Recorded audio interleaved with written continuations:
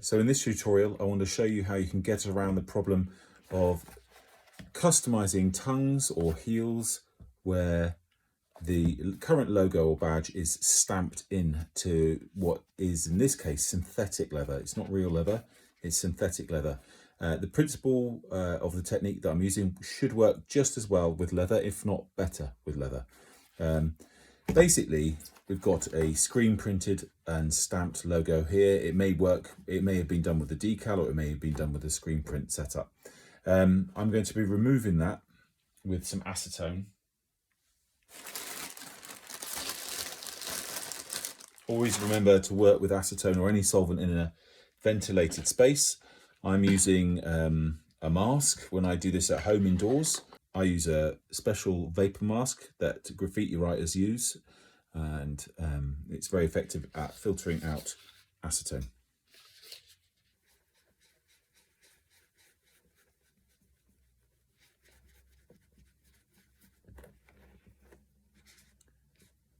The top layer of this print is a clear layer, and once you get beyond that,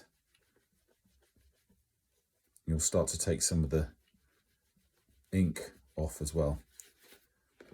It is possible on some of them to use crepe rubber, like this, latex rubber. And you can buy that from the internet, from Amazon, or directly from Silverline. They make these. They're used for cleaning sandpaper and saws and things like that. Or you can buy them from a shoe care specialist, in which case you probably pay a little bit more. But it's natural latex rubber. I've already done the other one of these, so I know I'm going to be needing to use acetone to remove this one.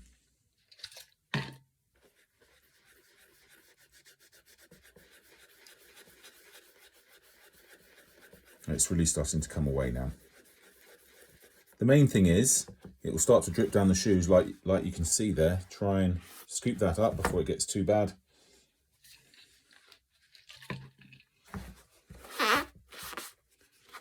You don't want to stain the lining here or the lining on the inside of the shoe if you can help it. So working into the center is the best way to do it. You rotate your cotton bud so you're not putting the same paint back on the tongue.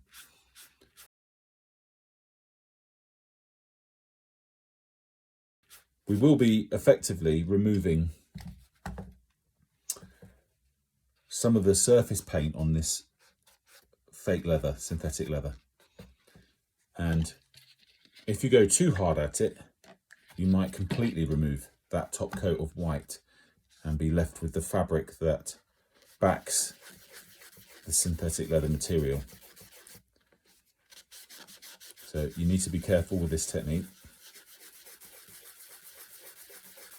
that you don't go too far.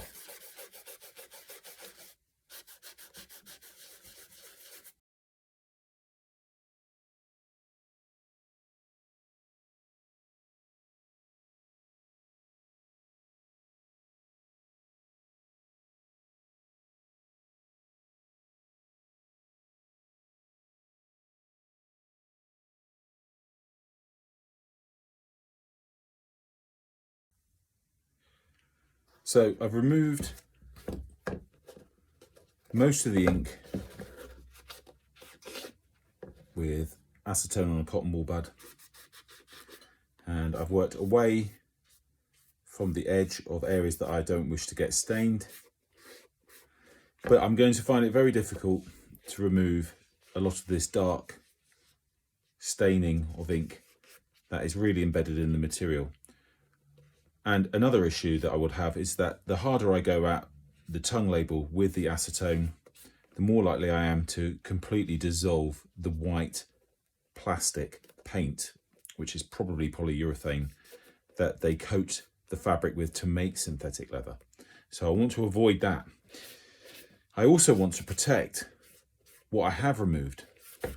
So on this shoe, which I've done already, I can still see a little bit of the existing tongue badge, but what I've done is I've painted over it so that I can try and give more of a uniform finish to it and seal over the top of the parts that may have been worn away by the process of acetone and cotton wool. I'm not too worried about the fact that I can see a ghost of the badge there, because I'm going to be placing a new badge over that anyway. The next problem that I have is the surface of this badge, as you can see here from the shadow, is indented. So this has been debossed, not embossed, but debossed, because it's pressed in. And the way to pull that debossing out, whether you're working with PU or leather, is to use moisture. If it's possible, especially on leather, that would be possible, and heat and some pressure. So what I've done already on this one is I pulled much of that out, as you can see. I've pulled much of that out already using heat and pressure. If it was leather or suede or something like that, you could use some alcohol and water, and you could pull out some of the stamps by injecting that moisture into the surface and then pressing with heat something flat and hard against it so that it will even it out. You can do this on the heel tabs. I've recently done it on some Stan Smith kids shoes. The only issue is the stamp on the heel tab is reinforced underneath with a different material to try and keep the stamp in place, and also there's nothing hard to press against unless you have elast in there, because these were made on the flat surface and then assembled. So trying to flatten out the letters or the trefoil is very tricky. It is possible, but you will be there a very long time, as I was with the pair of Stan Smiths that I was working on. So what I'll do now is I will show you how you can get it as flat as possible, like I've done here, using heat and pressure. So in order to flatten this out now, I've got some tools that I'm going to be using. I have a flat iron. This means that there are no holes in it. I use this for all sorts of processes. It's a bit mucky underneath. When it gets too mucky, I sand off a little bit of the coating. I'm not too worried about the state of that, because I will be using some silicone paper or baking parchment, and this is really useful for acting as an interface between the two things that I'm working with. You're going to want to set it to a medium temperature, and you probably want to practice this with some old beaters for the first 1 or 2 times. The other thing I'm going to be using is a small block of wood that I've created. It's just roughly the same size as a tongue badge. You can use something like this to apply the badges as well if you're not looking to get sharp edges. And I'm going to be using this to raise the badge off the surface like that, and then I'll be able to press against it. So I'm going to wedge this with my stomach so that it doesn't move too much. If you don't use this and you press it, you may find that you will crease the edges of the padded tongue, and that will be noticeable. So I'm going to place the silicone paper over the top, and I'm just going to gently press a little bit at a time to inspect the work. Now immediately it started to lift it out. If you heat it up too much, obviously you run the risk of changing the colour of the tongue. You may brown it a little bit too much, and you can actually feel with your fingers where it's working. So I know that on this corner here, it hasn't quite lifted it out yet, and maybe some of the points in the trefoil itself there. Once again, I'm not too worried about the edges, because I will replace that with the new badge.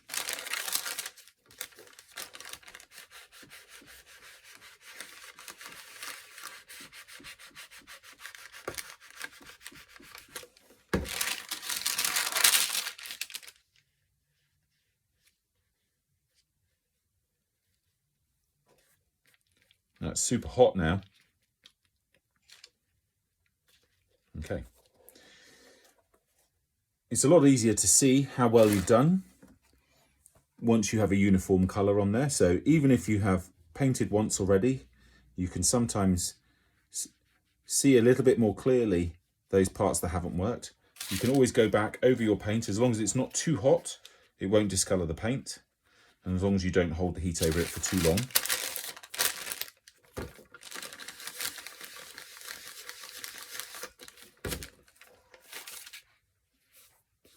And you can always add a little bit more paint if needs be. Next step we need to do is we need to go and design our badges. Now you can use cut decal badges or you can use printed badges to apply to the tongue. These are all available. You can contact me directly via my Instagram account or by email at benjyblunt@icloud.com. Okay, so what I want to do now is I want to overpaint this just to disguise some of the finish that has come off. I'm not too worried about whether the paint is matte or gloss at this stage, because at the end when I've applied the decals, I'm probably going to put a sealing coat of a lacquer or acrylic sealer over the top of that with its own finish anyway. Lots of different paints on the market. The main thing is that sometimes the factory paint is a slightly different white colour. In this case, it's a real icy white colour. I'm not sure if I have this colour. I have some Angelus here and I've got some Sneakers ER paint here. It's maybe not the right colour white, but we'll soon see. The last one I used the Angelus, I used the Sneakers ER white paint. And this time I'm going to use the Angelus. And really what I'm doing is I'm just filling some of the top coat of the factory white finish that I have removed in the process of using the acetone and cotton bud. It will take a couple of coats of this so that it will end up looking like this. As I said, it doesn't really matter if you don't completely cover this. We're really worried about the edges really. The shape in the middle will be covered by a badge.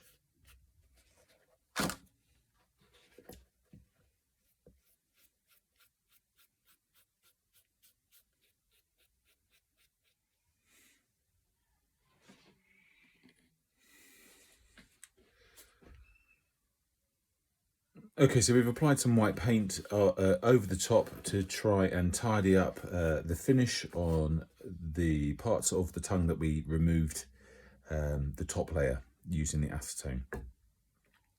It's fairly flat, as you can see. The colour, the different paints that we use, there's not that much in it really. They're both a little bit yellow, a bit of a warm white. I know that Sneakers ER do another white that's called polar white, which may give you more of a factory white, but I'm not sure as I've never used it myself. So I'm happy with this anyway, and what we're going to be doing is covering over the top of these. Now I can still feel a little bit of an indentation there, and I could go at it for some time with the iron technique, again trying to flatten that as much as possible. But what I'm going to do is I'm going to take my printed tongue decals. In this case, they're roughly maybe half a millimeter bigger than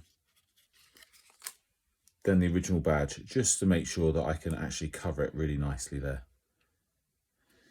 But these are quite thin, these printed decals, and sometimes when you're using a very thin sheet material, whether it's vinyl or whether it's the printed vinyl, you may want to layer to give it a kind of thickness and a firmness to it. So in this case, what I've done is I've created some blank squares that are the same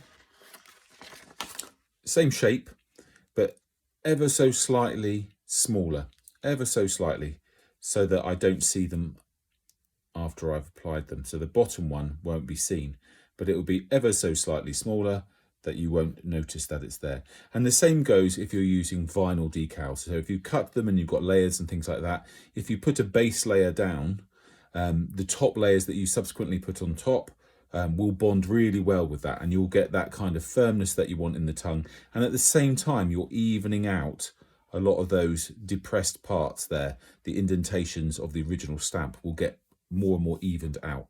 It's a bit like painting wood. when you can see the grain, when you only put a thin coat of paint on it, the more layers of paint that you put on it, the more you're going to kind of even out that finish, and you're not going to see the grain of the wood as well.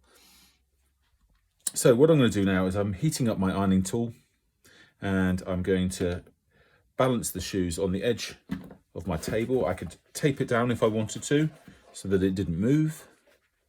But in this case, I'm just going to bring that down there, and I'm just going to rest it there. It should bond really easily. I'm going to use my a small piece of my silicone paper, and I'm going to place that first white tongue badge over the top,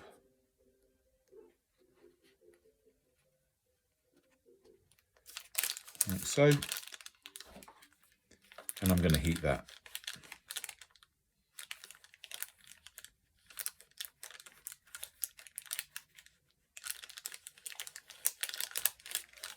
There we go. You could use your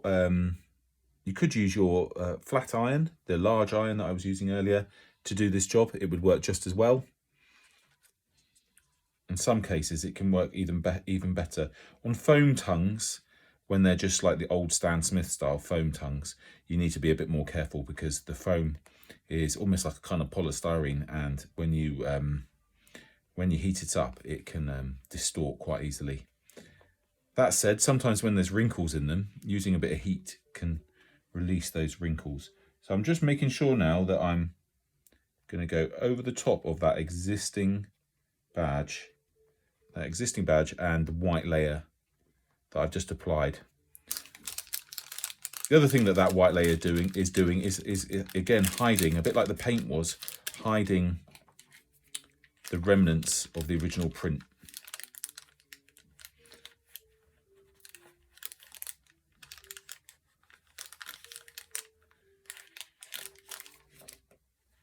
There we go. I'm then going to tidy up around the edges if there's a few little bits that were stuck to my silicone paper I've transferred to that. I can easily sort that out with a little bit of solvent or alcohol on a cotton bud, and remove that. Once that's all done, and it's definitely on this one, I'm going to put a sealing coat on, a spray lacquer in a matte finish, so it looks more like a factory finish.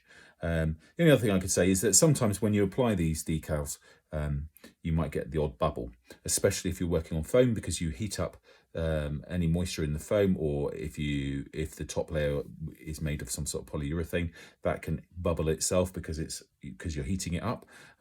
Then what you can do is you can take a needle, maybe a weeding tool. I don't have one here, but you can make a small hole in it, allow that air to come out of the bubble, and then press again with your iron and your silicone paper, and it will turn out okay. So I'm just going to repeat this for the second one.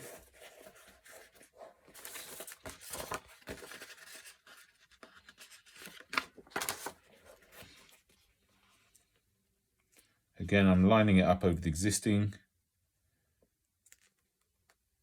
stamp.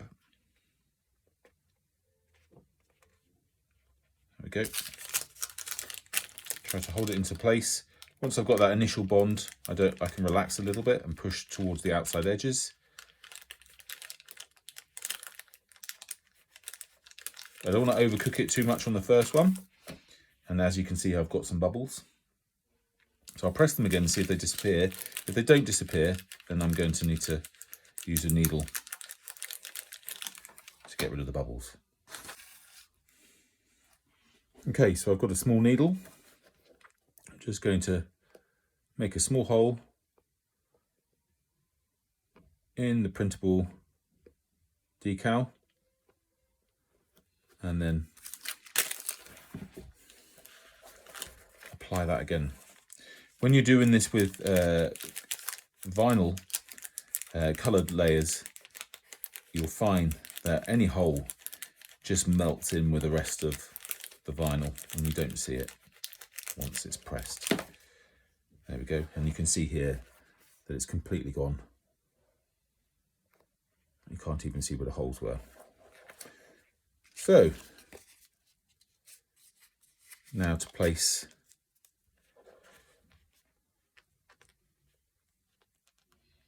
just making sure I'm going to overlap properly. I don't want to see that white background decal that I've applied.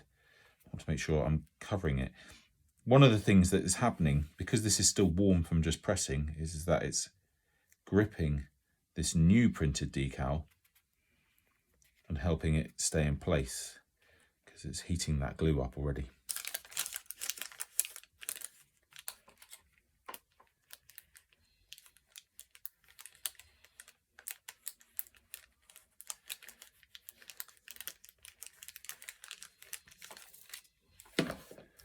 There we go.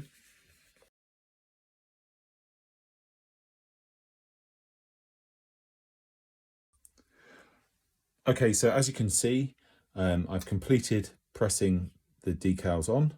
You can see if I tilt them, there is no trace of the existing stamp. The new stamp looks great, nice and flat. I'm going to apply a sealing coat of a lacquer, spray lacquer, a matte spray lacquer, over the top of these, a flexible one. I use ones used either for sofas or for automotive leather.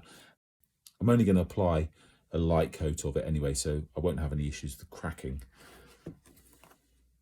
And here's the finished pair.